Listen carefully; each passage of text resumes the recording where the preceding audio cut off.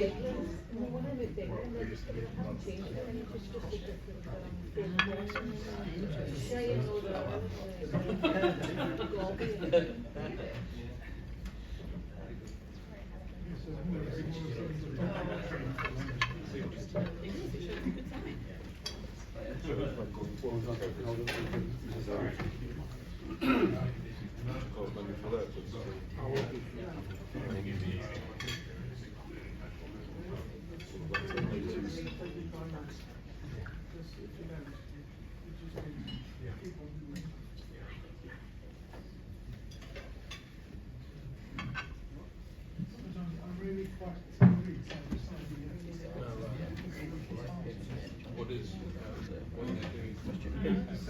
you feeling a bit different?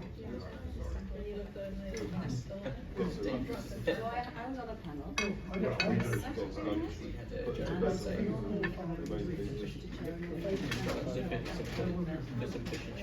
Well, okay, let's do that.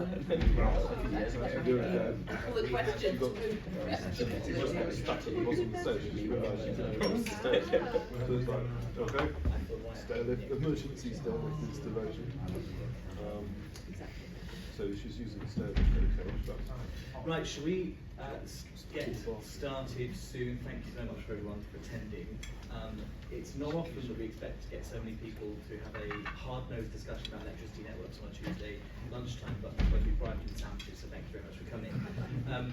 We are in a very interesting time. We are seeing an unprecedented scale up in renewable generation, a need to triple offshore wind, double onshore wind, a massive scale up in network infrastructure that is required to achieve this growth in renewables, and 8 gigawatts of that renewable generation that needs to be part of community-owned, community-operated schemes as part of the local power plan that the government has in mind.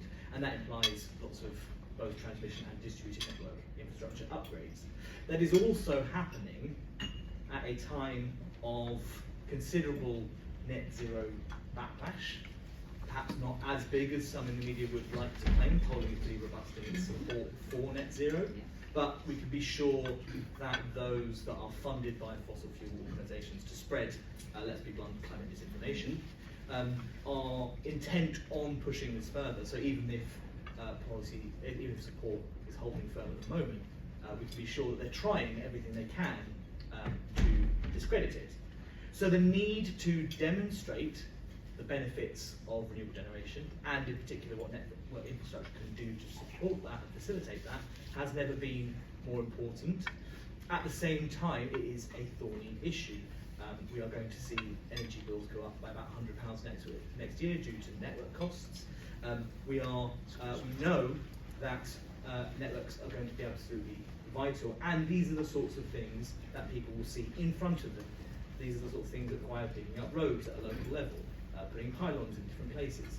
These are tangible, physical things that are going to make a difference to people's lives, and they may at times be uncomfortable. So it's going to be absolutely crucial to make sure that there are tangible, visible benefits that people actually feel from these upgrades as well. It is a thorny and difficult political issue to get into, and it's a technical one as well. It's quite difficult to get into this issue, and why it's so great to see so many people attending today to get into just those issues.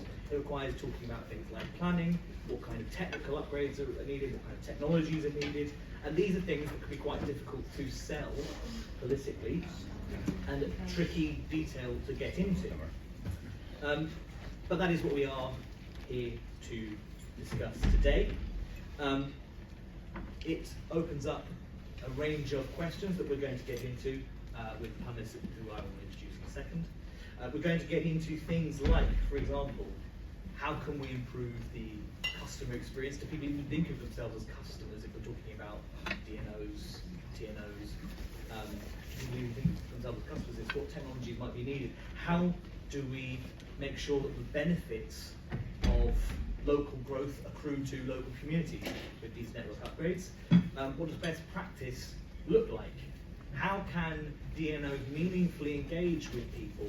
Now, I've seen DNOs meaningfully engage firsthand. I've been to engagement sessions, but I am a nerd, and I suspect that there are many people in this room that are also nerds. What does that look like for regulators? I suspect that many people in this room could tell me who their energy supplier is, but maybe not as many of you could tell me who the network provider is of your local area. This is not something. Do you know what does that mean? Perfect example, thanks so much. Distributed network operator and transmission network operator. A perfect example. Almost a QED there for me to stop using as much jargon, but this is exactly the point, how technical an area it is. So how do distributed network operators engage with people in a way that will require an unprecedented engagement that they haven't necessarily been used to in the past? And I guess finally, what choices do people actually have in this scenario? We know that lots of networks need to be upgraded, but what does that actually look like? What choices do people meaningfully have? And thankfully, we have a crack team to answer these questions today. So I will introduce the panel quickly and then I'll come to them for some opening remarks. We have Pippa Hayling, spokesperson for Energy Security Net Zero for Lib Dem's MP South Cambridgeshire, and with over 20 years of experience working internationally to reduce poverty and climate change, and mediator between national governments and the UN and many other roles besides. Claire Young, MP for Thornbury and Yate, former leader of South Gloucestershire Council, and long-standing experience in environmental campaigning and a member of the Environment and Energy Security Net Zero. Energy Security Net Zero Select Committee. Polly Mulvey, head of local energy at Regen, where she leads their programs, working with local authorities and communities, has considerable policy experience, working with Ofgem on regional energy systems, an expert panel for National Infrastructure Commission's distributed networks reports, and then finally Catherine McKay, Managing Director of National Grid Demand System Operator. Distribution operator. It's so easy to get all the D's So mixed easy. up, isn't it? Thankfully, we have the right technical expertise that is far beyond me to get into these details, but with over 25 years of experience in the electricity industry, with senior roles like EDF, Central and National Grid, we are in good hands with Kathy here as well.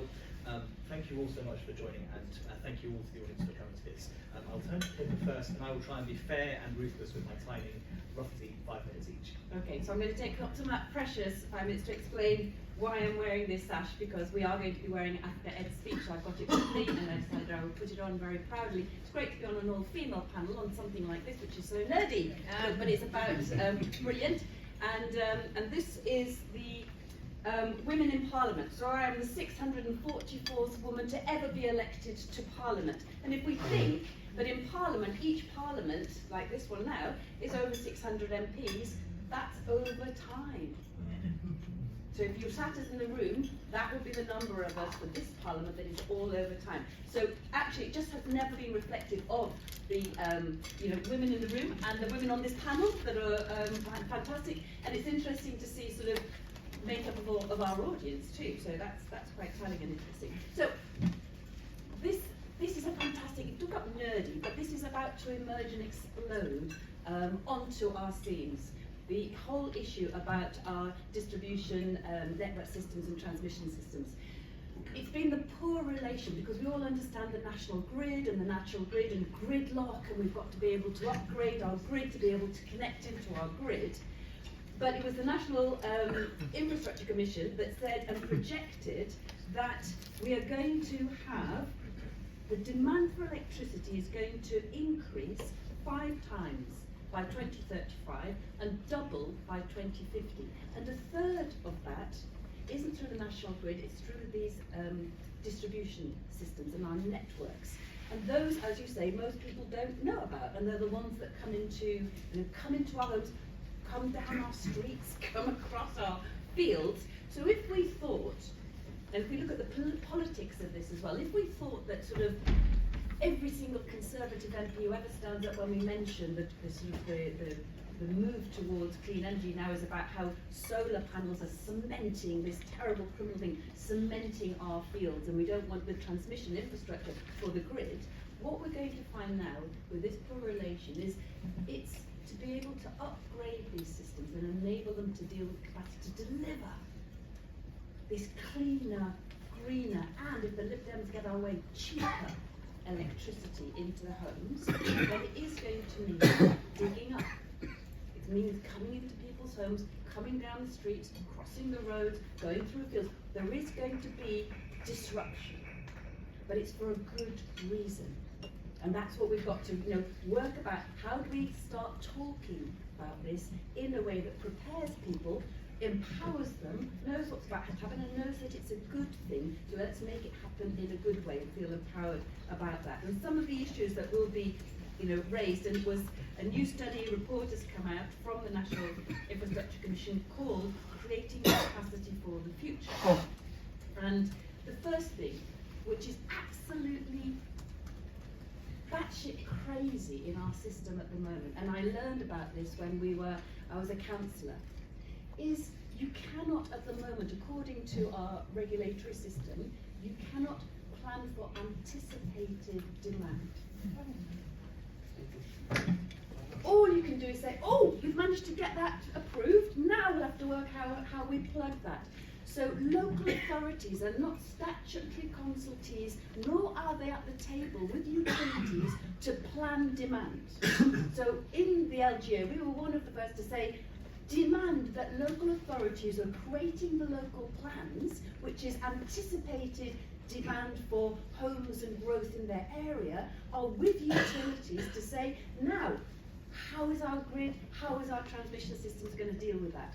So what more makes bloody common sense than to say, let's plan ahead of need, because that just makes sense. That's the first thing that we've really got to make happen, which is anticipatory planning. In terms of what that's led to, well, bill payers up to 2023 have paid £1.4 billion on constraint costs for that. That's what it cost us. Let's talk about how it's actually costing us, what it's putting onto our bills, is that inability to plan ahead and anticipate need. In South Cambridgeshire, which is some of the, well, it's unprecedented, the fastest growing place in the country at the moment. So the local plan has a very ambitious housing and growth strategy to anticipate that demand. It was able to win over this argument and say we have to have the funding in place to ensure that we can deal with the demand that will come in for the electricity. So we had the Greater Cambridge Partnership, which was part of a deal with government to plan ahead for this expected growth, that allowed the Southern Cambridge Arc to plan ahead for the biotech boom. Now it shouldn't be crazy, that's an exception. But that enabled the funding, the ability to come in ahead of that demand, to understand where we needed the substations and where we needed that growth. That is the way that a forward-looking, nation is able to do things. So on planning, at the moment we need greater strategic planning. As we talk about that strategic planning, we have regional energy strategic planning. They're being done, and we have local area strategic planning. Well, if anybody who's good at sewing tried to bring that patchwork of plans together would have a real problem. They do not fit together. And they've not given any guidance as to how they fit together. You're just told, go ahead and do them. So local areas, some are doing them. How are they doing them? Local area energy plans are critical, but there's no way they say, how do they fit with our regional plan, and how do they fit with the long-awaited SSEP, which is the Spatial Strategic Energy Plan. How does it all stitch together? So we need to really work that through. There's also going to be issues around, this is where we are going to meet a potential clash, so we have to take this really seriously, which is planning and consent on third-party land to come in, dig in, and be able to put the cabling and the pumping and do this all through. This is where we could probably get people saying, I can't drive around, I've got another road works, I've got another stop, life is already too hard, these bloody work, why can't they? We have put in the planning and infrastructure bill and in the devolution bill that we should be able to regulate so you know and time and plan who's coming down a road at what point, so that it can actually be timed together. But this planning and consenting could be another bit of the tinder that really gets communities in opposition. Flexibility, I know that Claire's going to talk about that. And we are big as Liberals in terms of how we ensure sort of concentration of power is challenged. And that's why we need regulators, and you've seen us come after Ofwat in terms of the water. Well, we're now going to be very, very robust with Ofgem, and the way that Ofgem is managing the systems coming ahead. So the other way that we'll look at is what Ofgem's role is in this distribution networks, to ensure that we've got the just transition. I'll stop there. Thanks so much, Pippa. Thank you very much. Well, Pippa's done a great job of actually answering the question, so I'm going to take a different perspective. I want to focus on what I think is an important part of improving the resilience of energy networks, while also saving consumers, both individuals and businesses, money. And that doesn't involve building things. And that's something known as consumer-led flexibility. So what does that mean? Let me give you an example. You arrive home from work at 6 p.m. in your electric vehicle, and you plug it in to recharge. And this is the time of peak demand, and you're adding to it. But you don't need your car to be charged until the next morning, and you've still got some juice left in it. So with the right technology and tariff, rather than your car starting to charge when you plug it in, the technology could judge how much power you could give back to the grid, increasing the supply where demand is at its highest, and then you can recharge, and then it can recharge later when demand is lower and there's spare capacity in the system. So your electric vehicle battery has effectively become a temporary part of a local distribution network. And with the right tariff, you can save money because you're selling electricity to the grid when it's most expensive and buying it when it's cheapest. And of course, you can do the same with a battery storage system for solar panels. And it's estimated that by 2032, there's a potential to unlock 10 gigawatts of consumer-led flexibility. It's equivalent to a third of the UK's entire gas power station capacity. And that could save households around £115 a year at current prices. So it can also help families who are struggling with their bills. To date, there's been a great national focus on increasing supply, and building infrastructure goes with it, but we need equal consideration to be given to demand. So flexibility shouldn't be seen as secondary to physical infrastructure. It can be scaled up within this Parliament, unlike some of the large infrastructure projects, so it's a cheaper and quicker way to cut energy bills, and it enhances our country's energy security. And it also, Pippa talks about the constraints, it has the potential to reduce the amount of money we're spending stopping wind farm producers exporting to the grid, making sure that we're actually harnessing energy rather than wasting it. And I've secured a backbench business debate on this topic because it's not going to happen without government action. We need strong leadership. One suggestion is to establish a consumer-led flexibility delivery board. And it needs a plan to unleash industrial and commercial flexibility. And this way it's a little bit technical, but the problem is that today's energy charges and market rules don't reward flexible energy use enough to make this work.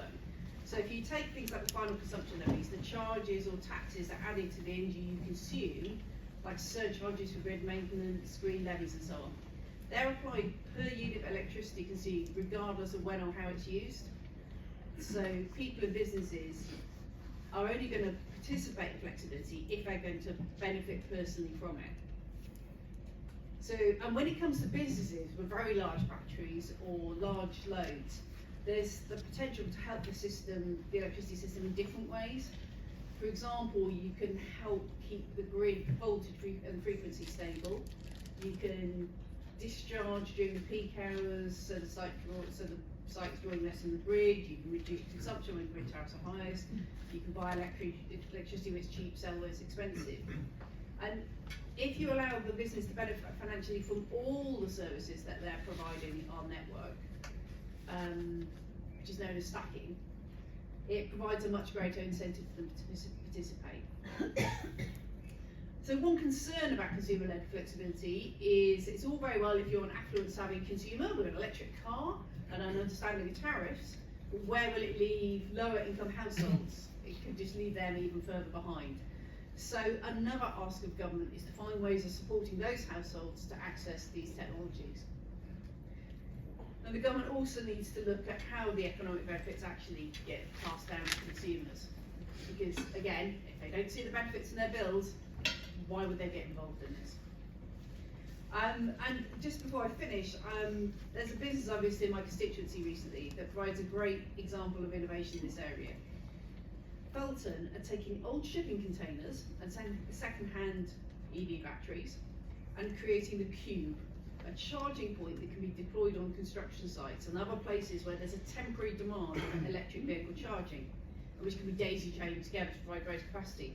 So often on those temporary sites, you won't have the grid capacity to support charging all your construction vehicles at the same time.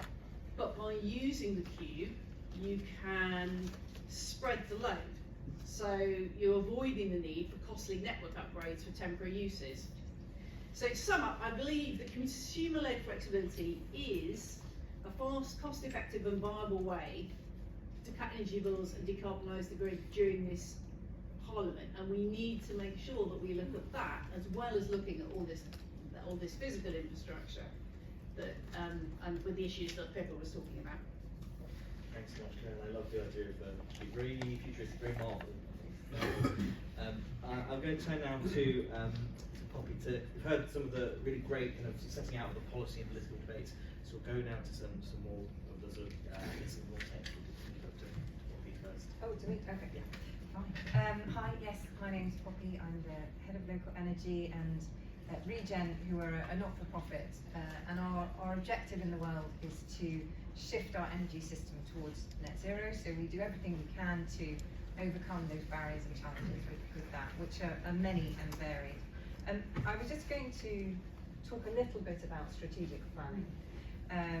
So today, I'm sure you're all as excited as I am that they have published, or NESO, our new National Energy System Operator, a shiny new organisation, has published its sort of draft regional energy strategic plans. And this is exciting, obviously for me and anyone that's techie, but it's really indicative of this big shift that we have been seeing, which is good, and we should all be up for that, between this sort of managing our energy system as this sort of steady state incremental change that we've seen, to more of a strategic and proactive shift. And what that really means at the heart of it is your investment is going to be around something you're a bit less certain about. There's a bit more risk involved in that investment if we're trying to do strategic slightly ahead of need.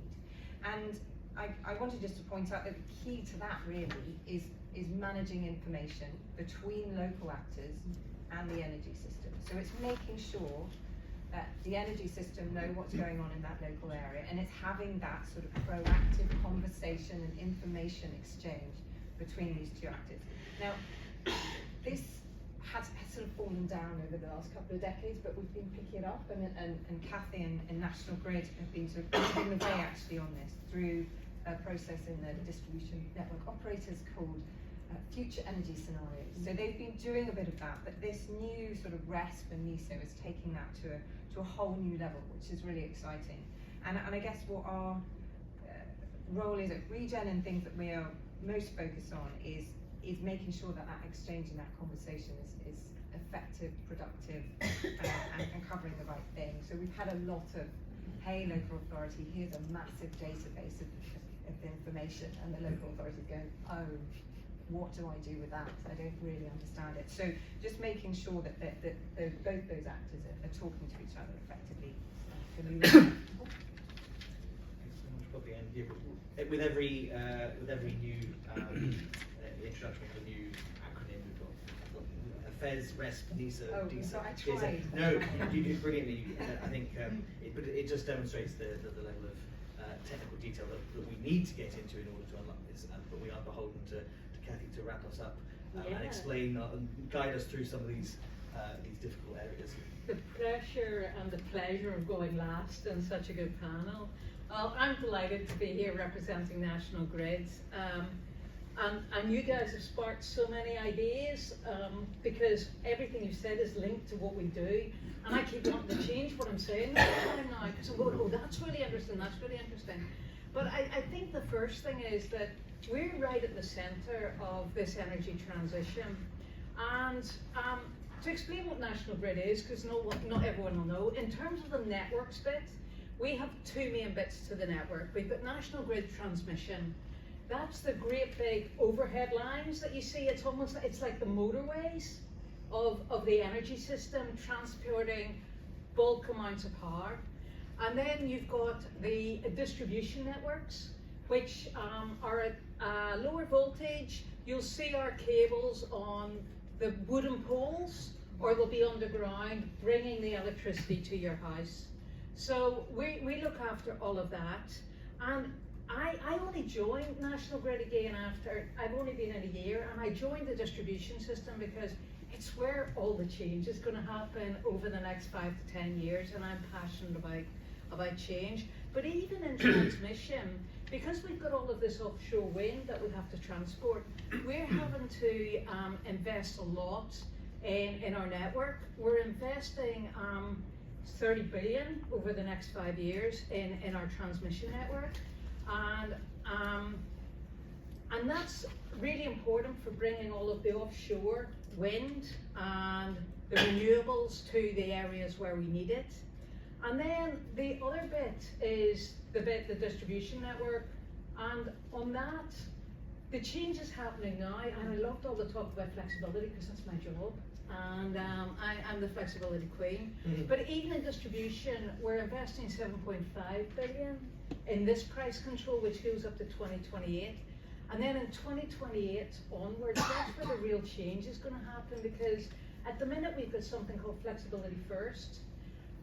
My job is to plan the network for the future. So we work with regions looking at where we think all of the demand is going to come in on our network.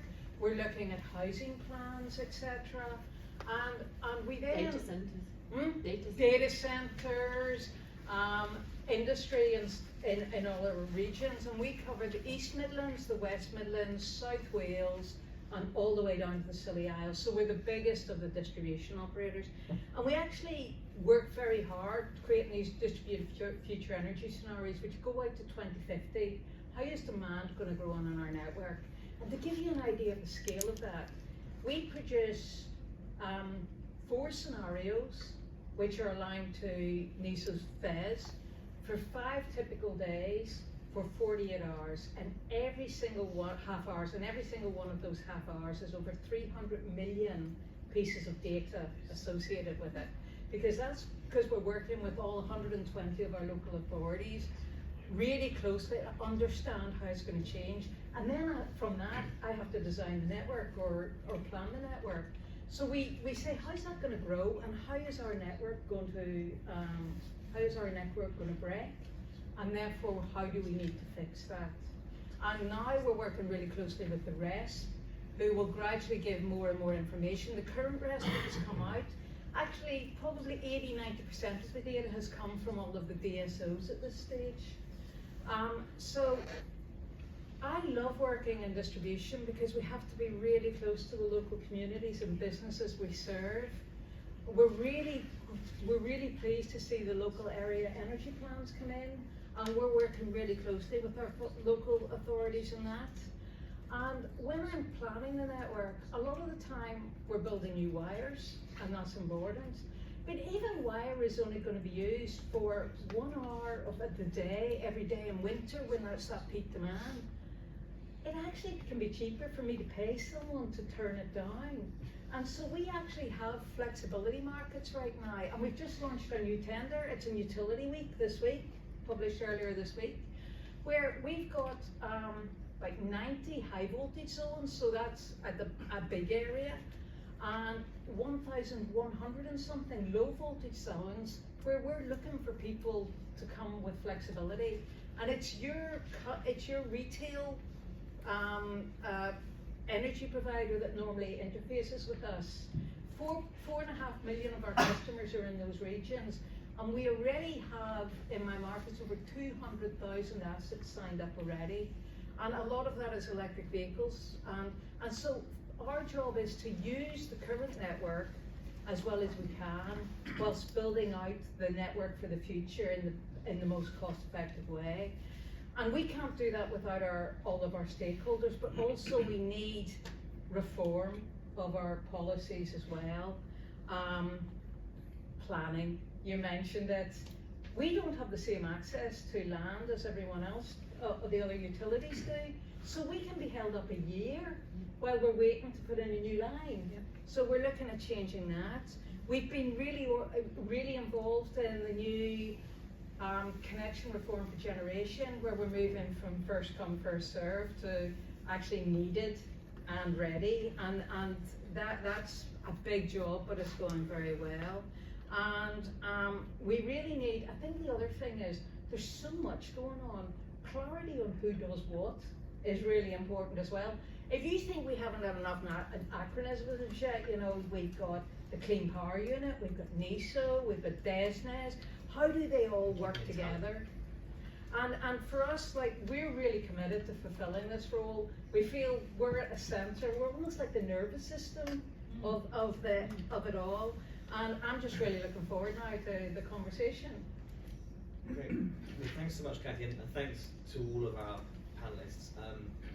This feels like the gamut of the issues that we need to discuss. We heard about some really interesting sort of policy pushes, particularly kind of around anticipatory demand, around sort of consenting, around challenging Ofgem, which I love. I love, Claire, your point about kind of how to lower income households access flexibility and make the most of those things. We've seen a little bit about discussion of what kinds of things are coming down the pipeline with the region. I'm trying to get this right. Regional Energy Strategic Plan, the REST.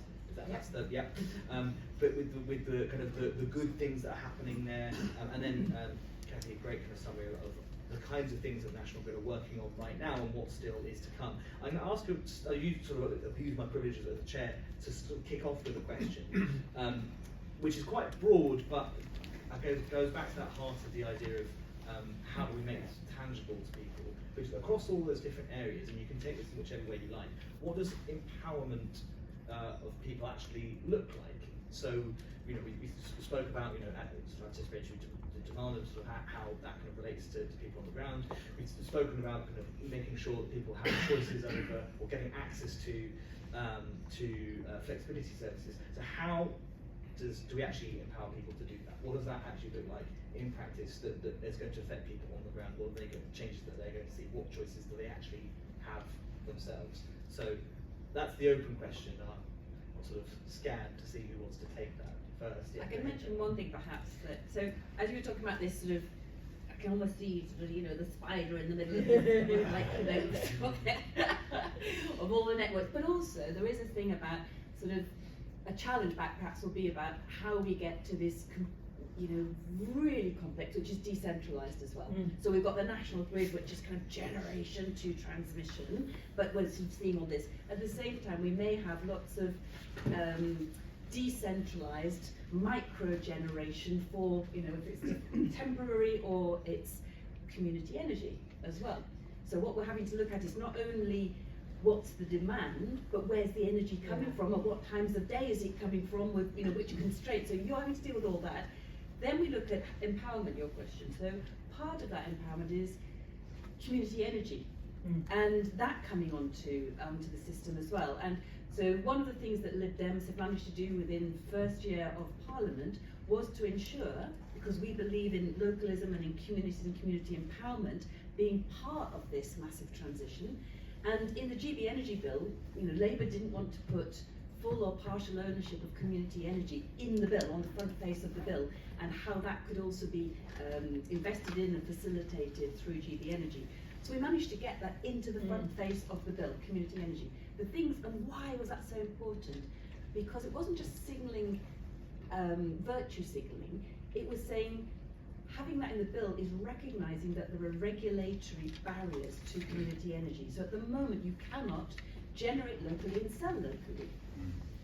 So financial viability, once feed-in tariffs, you know, were got rid of, were changed, meant that we just didn't have, we just stopped the flow and the growth of community energy, which is in communities, people taking part in this transmission, when they're off the grid, being able to do their own stuff, not having it done to them, kind of by everything.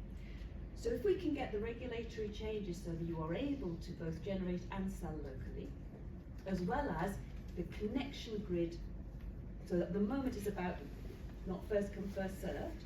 Where does community energy come on that? Because it's not the big and the antithesis, it's about how can they also plug in, you can answer me. And thirdly, the costs around that. So it's, you're actually enabled for communities to be a part of this. If we leave them out, again, with the champions of this within communities, we'll be losing. Yeah. Maybe for us. Thank you. No, you want to go next. Fair enough, go ahead. I was just going to answer Okay. some of your Yeah. questions because I think it's really good, and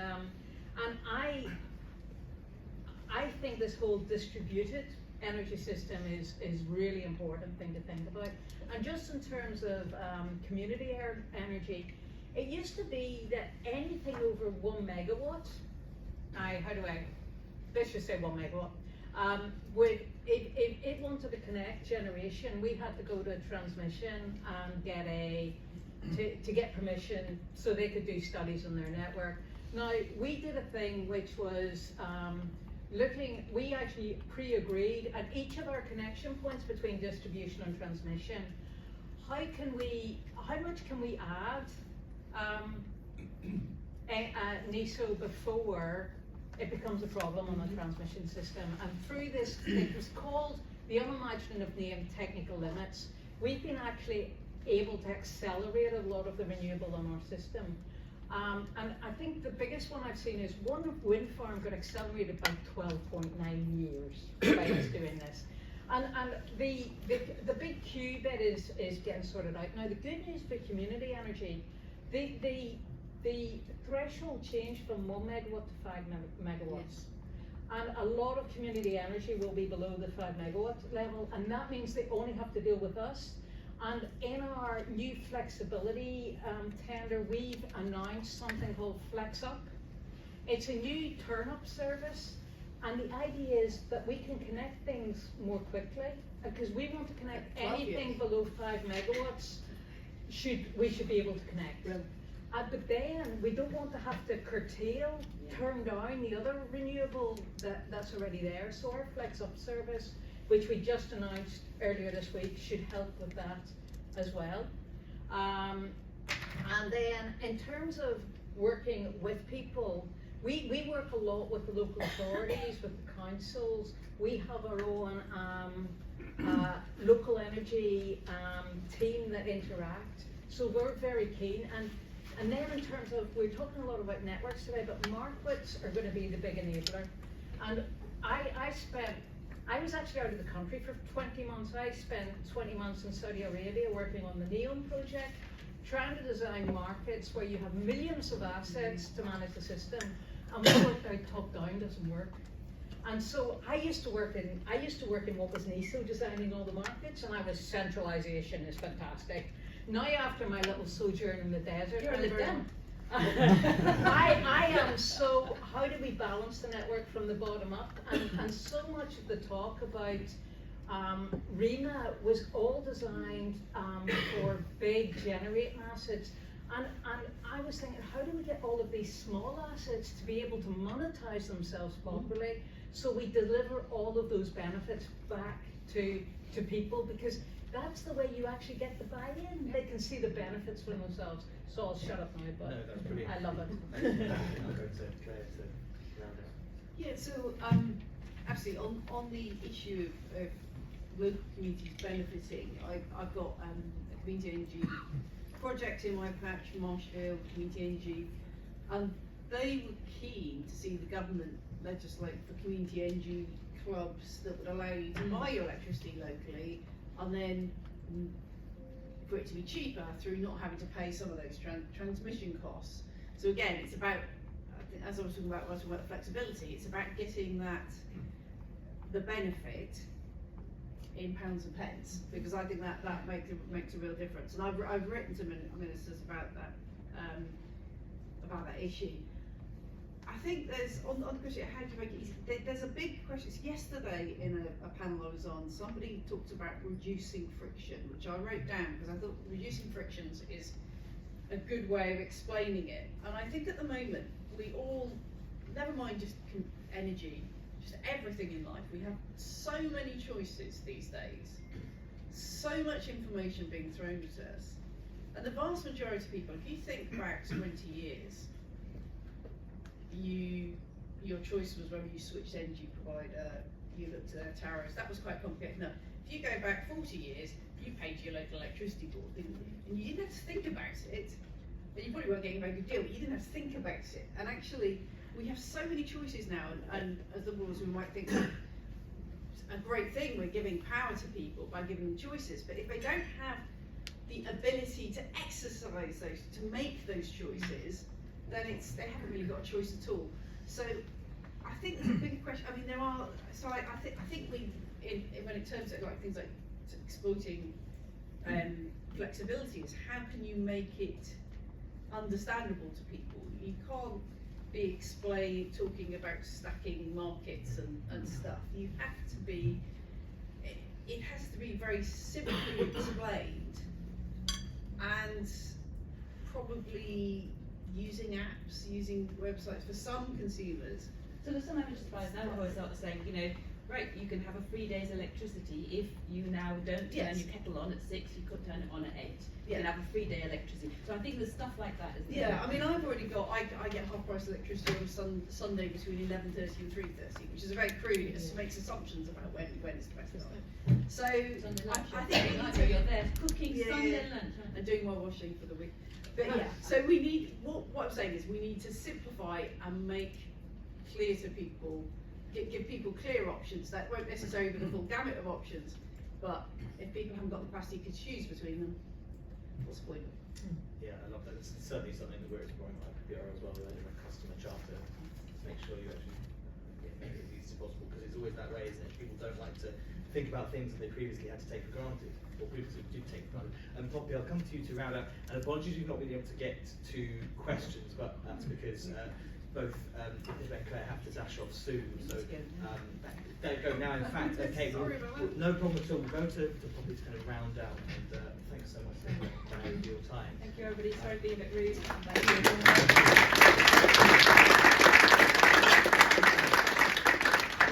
For those that are interested in remaining, getting into the nuts and bolts of things, we will come. We'll go to Poppy to round out this particular question, and then we'll come back to some questions for the two of you for the sort of the hard grit of the technical and policy issues. But Yeah, Poppy, go ahead. I mean, it was just on the empowerment stuff, and I know community energy is great, it's really important.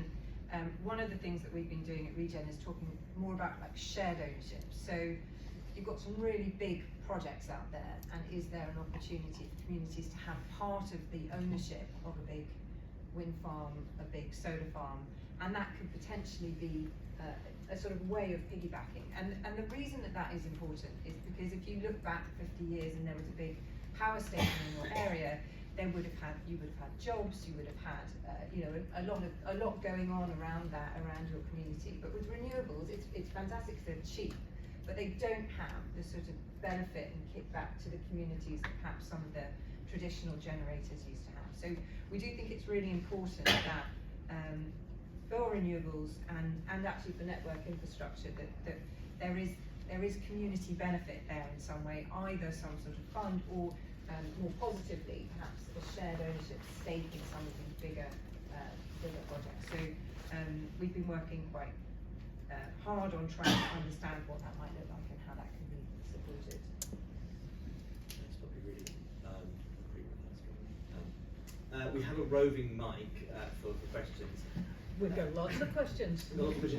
Excuse me, which was great to see. I'll go to the lady in the front here. I'll go in bunches of 3 if that's okay. So I'll go actually to I'll go for the 3 in the front row. I'll keep track of questions as well. Thank you very much. Thank you. I'm very pleased to hear that a lot is being done about balancing. There is still a lot of thought needed, I think, about overproduction. In the Netherlands, people are now, after a great push of everybody putting solar panels on their roofs, they are now starting to charge people for the privacy of delivering back to the grid. Wind farms, I believe, if I'm correctly informed, are being paid to stop delivering to the grid when there is overproduction. What thought was going into that?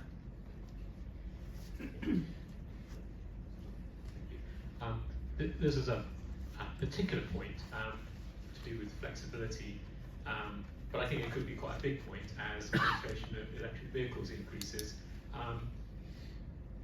Would it not be a useful contribution to flexibility to have dynamic price displays on motorways for EV charging, so that firstly it would create a more competitive market in EV charging, but also people could then see when the electricity is expensive between 4 and 7 in the afternoon, if they have enough in their battery to continue beyond 7 o'clock and then do their recharging, you know, that when every car is EV, that could be quite a significant contribution to flexibility.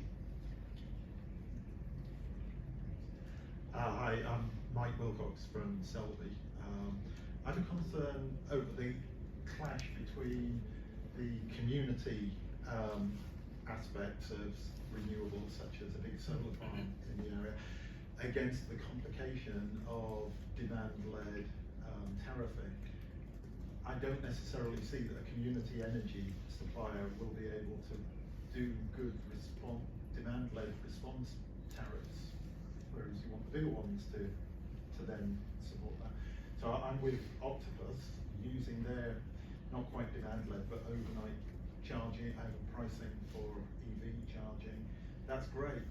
Get the conflict even with them that they pay me more to sell solar to them than to use to charge my car. So I don't charge the car from my solar, I sell it, and then charge the car overnight. And those kind of complications in tariffing, it's going to be, I can't see a way to explain that to ordinary people and how to turn that into a community-based asset. And that, if you can add something about how to do that. Great, thank you. So just to recap that, we had 3 questions. First was, I guess, about flexibility, or about constraint payments, really. So how do we tackle the issue of constraint payments to wind farms in particular? Obviously, solar power being an issue in the Netherlands, but wind being a particular issue here. What kind of technologies are needed to, or what's needed to tackle those constraint payments? Second question about, I suppose this was a more suggestion, was a very helpful and interesting suggestion about kind of how to introduce dynamic pricing for EVs on motorways.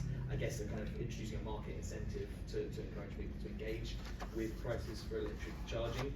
And then the final one was the clash between, if I understand correctly, the tariffs that will be offered from a community scheme versus the payments that might be offered, or some kind of tariff that might be offered by a DSO. So how do we navigate those things? So I'll do the first one.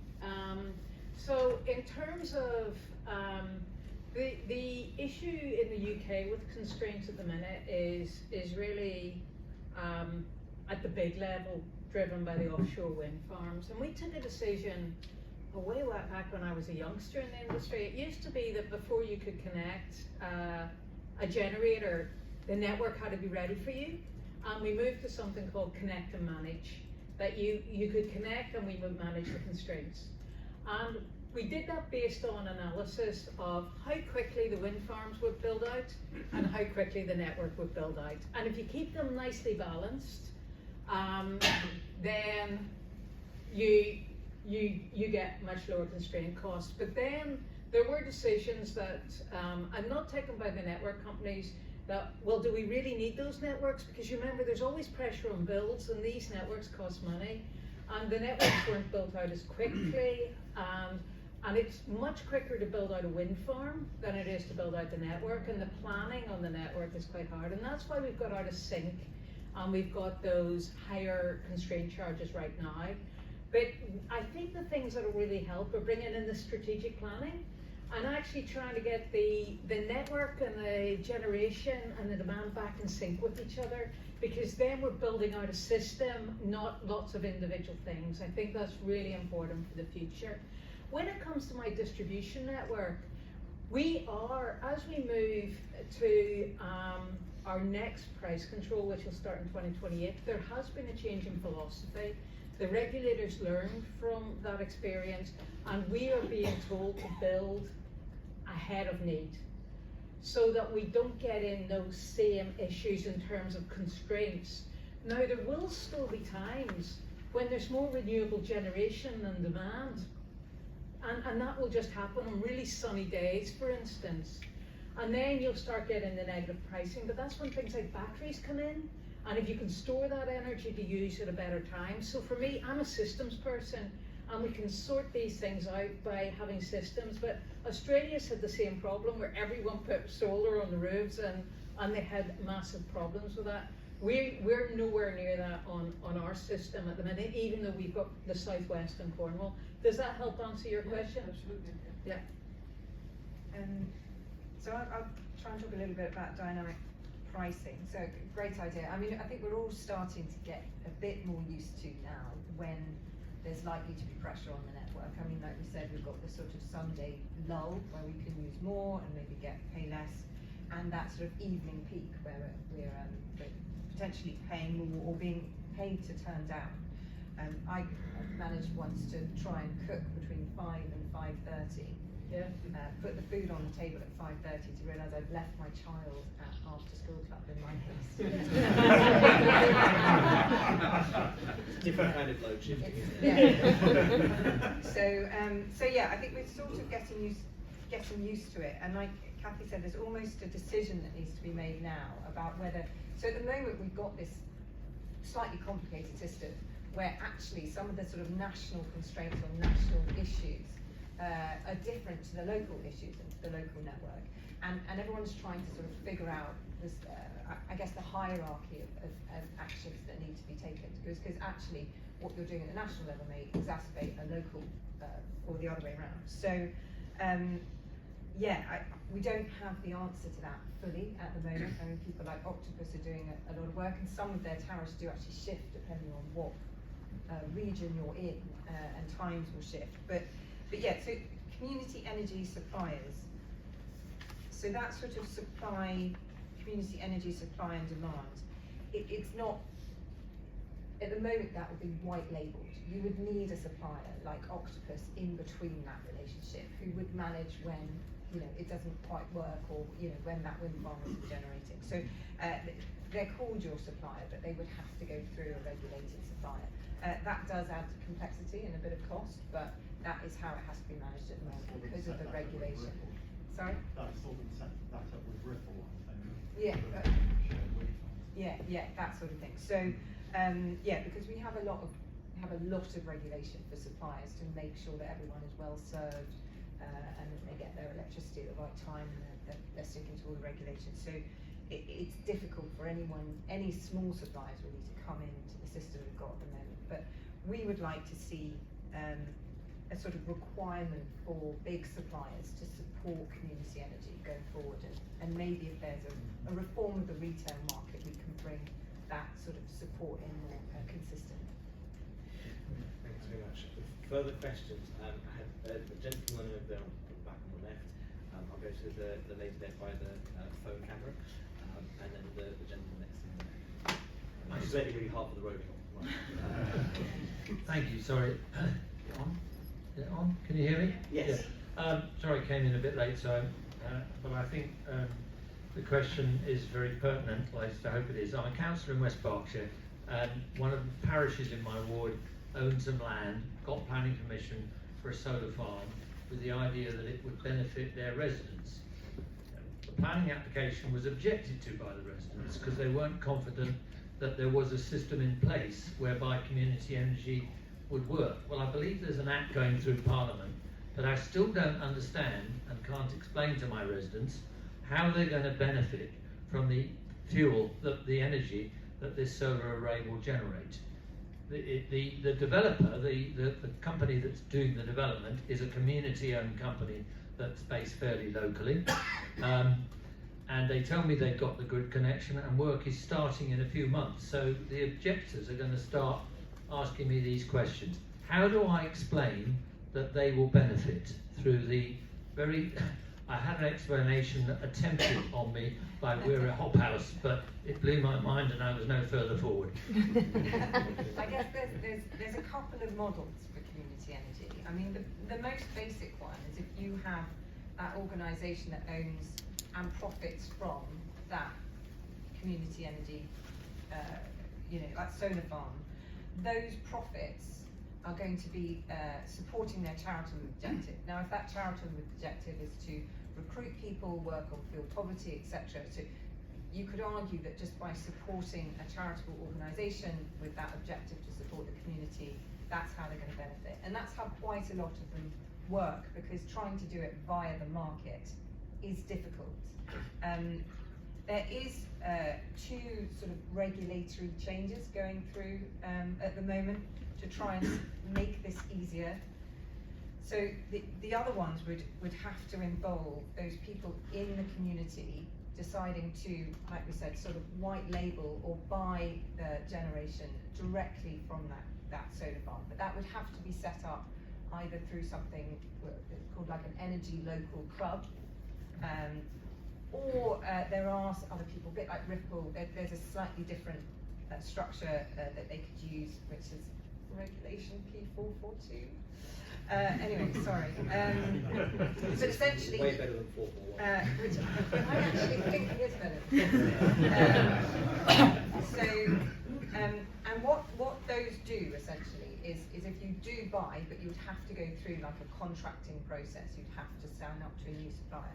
If you bought it through them, you would not pay some network costs as a result of that. So for both of those, I think it's around a third less that your electricity price would be typically. So, but yes, they would have to set up a system called Energy Local to benefit directly. So I think it's either that sort of indirect charitable purpose that you're supporting, or directly, but there are regulatory complexities to get that benefit. We'll take 2 questions there that I went to before. I'm afraid, thanks so much everyone for asking questions. We might have to call it there after these 2 questions just to wrap up. It's obviously always a good sign that there are more things to be asking. I'll get to the lady there first. Hi there, my name's Anna Batsy. I'm the local exec for Truro and Falmouth, and I'm also Cornwall and Isles Scilly Climate Commissioner, currently working on our local area energy plan. First of all, I just want to say thank you both, Regin and National Grid, for your fantastic engagement with our planning. It's been really constructive and really helpful. And I was really pleased to get the email this morning about the consultation on the interim regional energy strategic plan. I'm so excited to hear about Flex Up. I missed that probably because of conference. Yeah. And I just want to say to everyone in the room, please look up Exeter University's paper about land use, where they found that I think it's 2.9% of agricultural land, excluding sort of protected land, etc., would be enough to power all the domestic households in England. And if you put that in perspective, 2% of our land are current golf courses. Demand reduction and community energy. Would the National Grid, and I would have said this more to our representatives, but also to businesses, would they help communities more? For example, we can reduce demand and help the message about switching to renewable energy if communities use just their power stations, say plan. People can't understand the language that being used, but they do understand that's our local power sub-power station, that's how much energy he has capacity for at the moment. What can we do to produce locally and feed into that and not even have to go into the rest of the system? We can help reduce demand that way. Of course, we're still connected when it's not enough, but I think people will be able to understand that better. And I'm a bit surprised that we haven't had more support to communities for that. They need support with the expertise. I'm currently helping like a community energy project. They've done feasibility studies. It's all positive, could put in some solar and some wind in the community. But they're scared. They're scared because people are talking about £1 million. And we're not experts, we're just local environment enthusiasts. You know, Sorry to jump in. Can I prompt you to ask a question? Right? Yeah. I think Okay. you asked a question about communication, which I think is really useful. I have a specific question for Kathy in National Grid. Ahead, will you help more communities? Would you help facilitate their expertise, help them to understand how to do it at a local level? Thanks very much. Yep. And then the final question. Okay, Councillor Guy Cochrane, I'm District Councillor in Mid Devon. I also chair Economy and Assets, Planning, Vice Chair, and Economy and Sustainability, which I'm going to this evening. My question is around, as the Planning and Infrastructure Bill has come forward, we are now put under pressure, especially in mid-Devon. We've already got 1,300 no spades in the grounds for existing building projects. As we are moving forward, we've got up to another 7,000 houses which are likely to now starting to build those out because we've got a relief road. Our concerns locally within the southwest, but particularly mid-Devon, is can the infrastructure catch up with the legislation that's coming through to ensure that we will not fall foul of having sufficient network electricity. And I'm very interested because we're building out boxes at the moment, and I'm very interested in Cube because I can influence that as well. Thanks so much. Great questions. I will give you a huge challenge of both answering those, and since it's now 2 o'clock, if you could fold that into some closing remarks yourselves as well. But thank you so much for the questions in the room, and to you both. Shall I go first? Do you want to go first, and we do a proper close out on the national grid? So I think mostly those questions were for Kathy, but in terms of, we have, as Regen and via National Grid, been trying to support communities with projects. And one of the problems that you've got is that it's really complicated, and they're up against developers that know exactly what they're doing, exactly what they're asking for, and then communities come along and are given these forms, and they're not sure how to complete them and raise that money. So DNOs have been doing a lot of work trying to support communities to at least understand the network processes and how they can get understand them, get connected, etc. But we are hoping that in the local power plan, as that comes out, that we will see more support directly from the new GB Energy and things like that to start reducing those scary numbers, or at least make them feel a bit more feasible, because that is exactly what they want to see. Communities with projects they want to take forward that are feasible and that they can get invested. But you're right, that sort of expertise is something that volunteers just don't have. So I final remarks. I mean, I think there's some fantastic stuff already going on in this space, and like we said, we've got a huge challenge of bringing. I call it my 3-to-1 challenge. So you've got 3 energy networks at the moment. You've got gas, transport fuels, and electricity. And we're bringing them all into one. So the resilience of that system and the size of that system, and that is going to be a huge challenge. But the other part of it is that this is not something that networks don't know how to do. They know how to do this actually really well. It's the scale of that, and it's the sort of it's the pace of that, and it's the what to strategically prioritise, and things like the REST are going to help networks and National Grid decide what order to do things in. So it's a challenge, but it is an achievable challenge, we think. Great. So in terms of supporting, we want to be as close to our communities as possible. So we've got our community energy team, and also in my team, in the distribution system operator, we have the people you engage with through the local authorities, and with each of the local authorities, for instance, when we do our network plan, we actually sit down with each local authority if they want it and say, this is how we've taken into account everything you've told us, and this is what is resulting in your area. So we're keen to get more and more contact with local communities.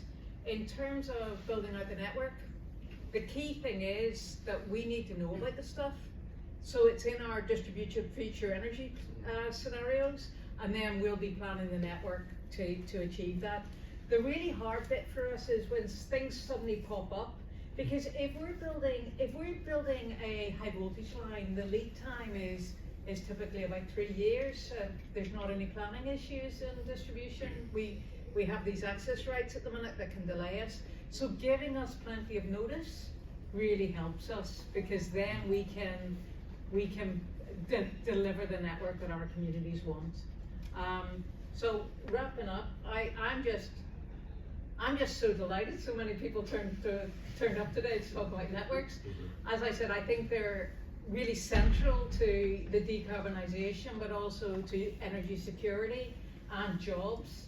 And I'm in the best place to work, I have to say. Thank you.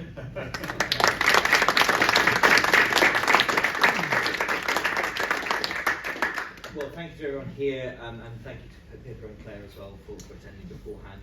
And I said I would be ruthless with my time, and I found that I was so interested that I said, thank you to all for attending. It's quite rare, sometimes I'm a researcher by trade, so sometimes I get into these topics and then actually it becomes way more efficient to attend an event like this, and I think today was certainly one of those. So thanks so much to everyone, and sorry to go a little bit over.